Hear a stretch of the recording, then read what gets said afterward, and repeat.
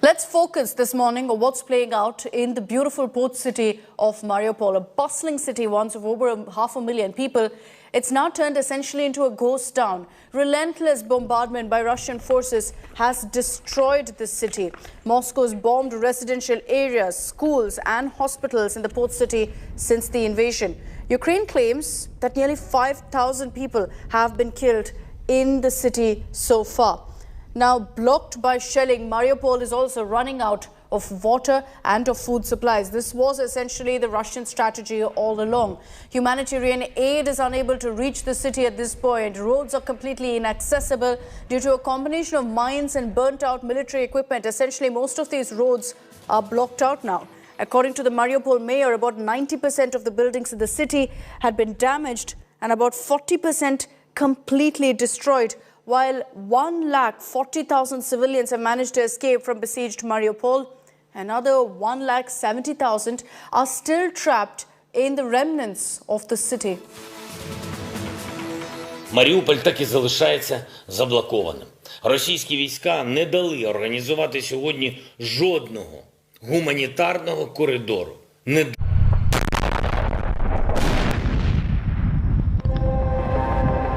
Over 3,000 killed. Thousands forcibly taken to Russia as prisoners. Many more injured. No building standing without damage.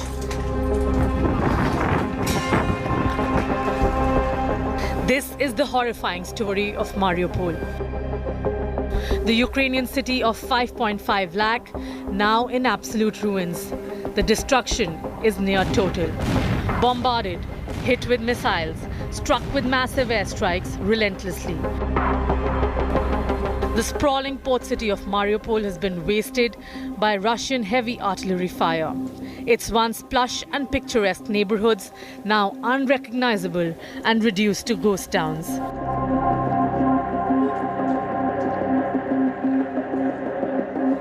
Many streets are seen littered with unclaimed corpses and civilians killed in airstrikes. Ukraine has also accused Moscow of forcibly moving out over 40,000 citizens from Mariupol to Russia without consent from Ukrainian government. The port city, lying in direct line of Russian fire and invasion, has seen toddlers and newborns dying in Russian attacks. Hundreds had perished earlier when Russia bombed a theatre where civilians had taken shelter. Russia has been accused of using super powerful bombs after trapping nearly 2 lakh people and denying them safe passage. France has also raised concerns over the humanitarian catastrophe in Mariupol and called for urgent international intervention. French Foreign Minister called Mariupol the new Aleppo, drawing parallels with the total destruction of the Syrian city. Mariupol, c'est la guerre des sièges, dans laquelle Mariupol is a siege war that Russia has been entering for a month now. And siege warfare is horrible warfare since civilian populations are being massacred and annihilated. Ukrainian President Zelensky slammed Russian forces for targeting civilians, including bombing a school sheltering women and children. Destroyed schools, churches, houses. All the people are killed, and all the children are killed. The air bomb on the maternity hospital is the final proof that the genocide of the Ukrainians is taking place. Half of Mariupol's population is still trapped, becoming victims of President Putin's war game. And time is running out for Mariupol real fast. Bureau Report, India Today. Now, Russian President Vladimir Putin's ally, Chechen President and warlord Ramzan Kadyrov, has arrived in Mariupol, where Chechen fighters have been fighting on behalf of the Russians. Kadyrov, who's known to be a brutal tyrant, has been accused of several human rights violations. Now, who is this dreaded Chechnya leader? We get you those details in this report. Why has Putin deployed him now in the city of Mariupol?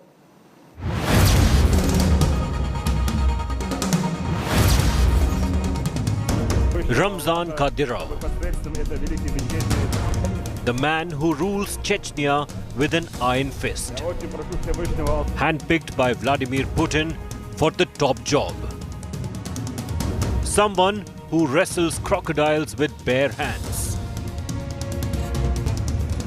Known as Putin's attack dog, Kadyrov has landed in the near-fallen city of Mariupol, where the dreaded Chechen fighters continue their deadly assault. The Chechen warlord is likely to finalize the strategy for his fighters in Mariupol. Kadyrov portrays a macho image of himself, frequently posing with guns and military garb. He has never shied away from flaunting his opulent wealth. A known tyrant who stops at nothing. The Chechen president has been accused of a wide array of human rights violations under his rule. Kadyrov has been accused of ordering torture and extrajudicial killings, along with a string of assassinations of Russian journalists and human rights activists. A number of his Chechen critics who sought asylum abroad were attacked or killed even on foreign soil. Kadyrov imposes regression through violence in Chechnya, where he ordered women to be shot at with paintballs for not observing the Islamic dress code, even urging men to block their wives from using WhatsApp. The Chechen leader also backs polygamy and in the past has ordered purges against homosexuals, going on to claim there is no homosexual person in Chechnya. Ramzan Kadyrov is one of Kremlin's deadliest weapons, and Putin has now decided to unleash Kadyrov on Ukraine. Bureau Report, India Today. Both sides essentially are pulling all stops for the port city of Mariupol. If Putin has deployed the Chechen army and Ramzan Kadyrov, according to reports, the Azov battalion, infamous for war crimes, is defending on behalf of Ukraine. Neo-Nazis defending the city of Mariupol has raised questions also on Ukraine's spirited defense, and Putin has used this as an excuse to go ahead and deploy his Chechen forces.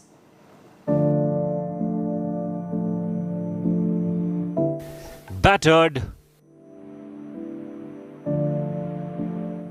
bruised, besieged. After relentless Russian bombardment and civilian deaths, Ukraine's second-largest city of Mariupol is on the edge, but still holding fort.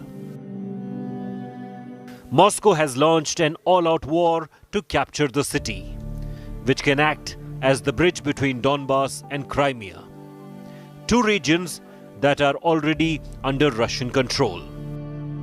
According to reports from the ground, Mariupol is mainly being defended by Ukraine's Azov battalion, a unit infamous for war crimes and torture tactics.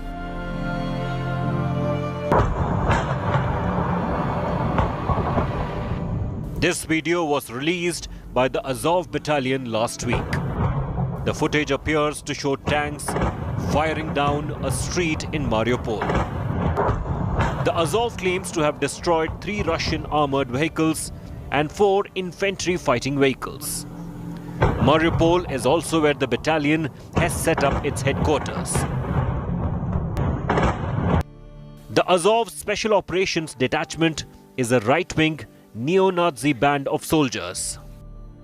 A volunteer militia, the Azov was incorporated into the National Guard of Ukraine in November 2014 after recapturing Mariupol from pro-Russian separatists. Russian President Vladimir Putin has spoken of the presence of such units within the Ukrainian military to justify his war. We simply don't have any other choice to protect our people, and we'll have to use the only available choice that we will use today. The circumstances require immediate, resolute action. The People's Republics of the Donbass have requested assistance from Russia.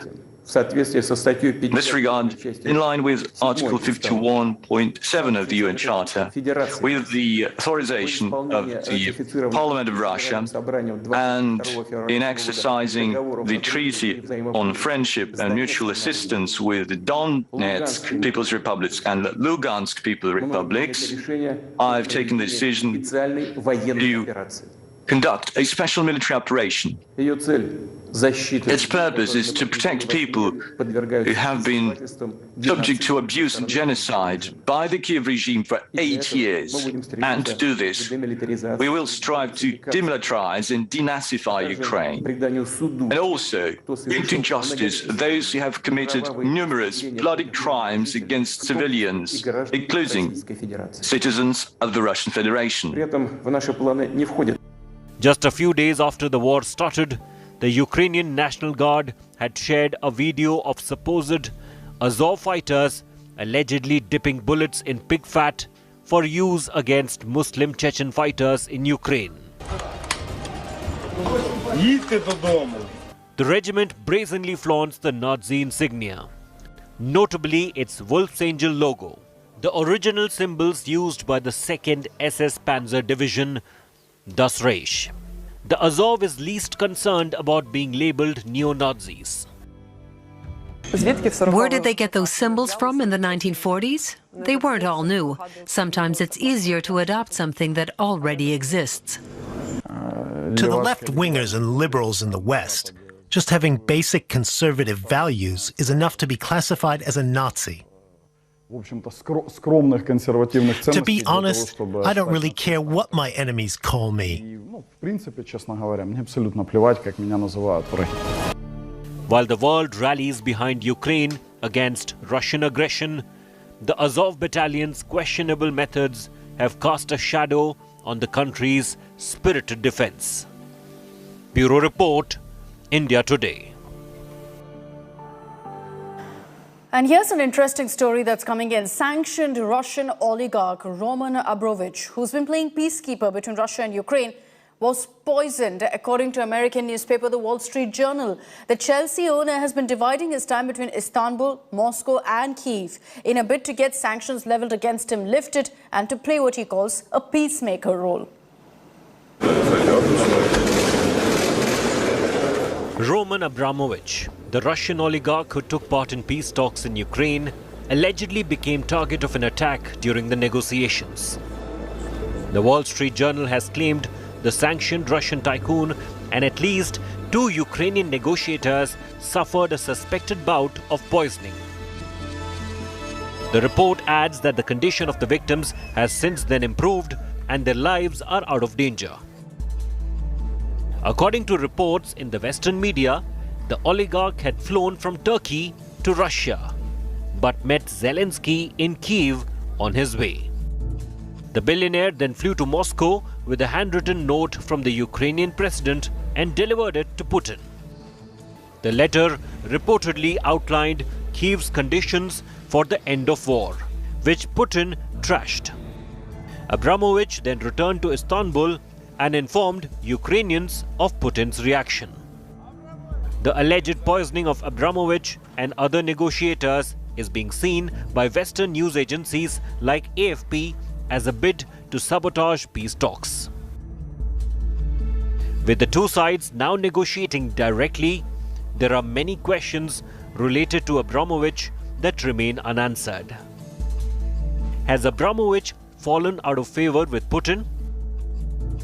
Will the West reward Abramovich by lifting the sanctions on him? Or will Abramovich's proximity to Putin continue to impact him? The sanctions imposed by the West have already cost Abramovich quite a fortune. He has had to let go of his prized possession, Chelsea Football Club. Abramovich's attempt at peacemaking was being seen by his critics as a bid to clear sanctions slapped on him. Bureau Report, India Today.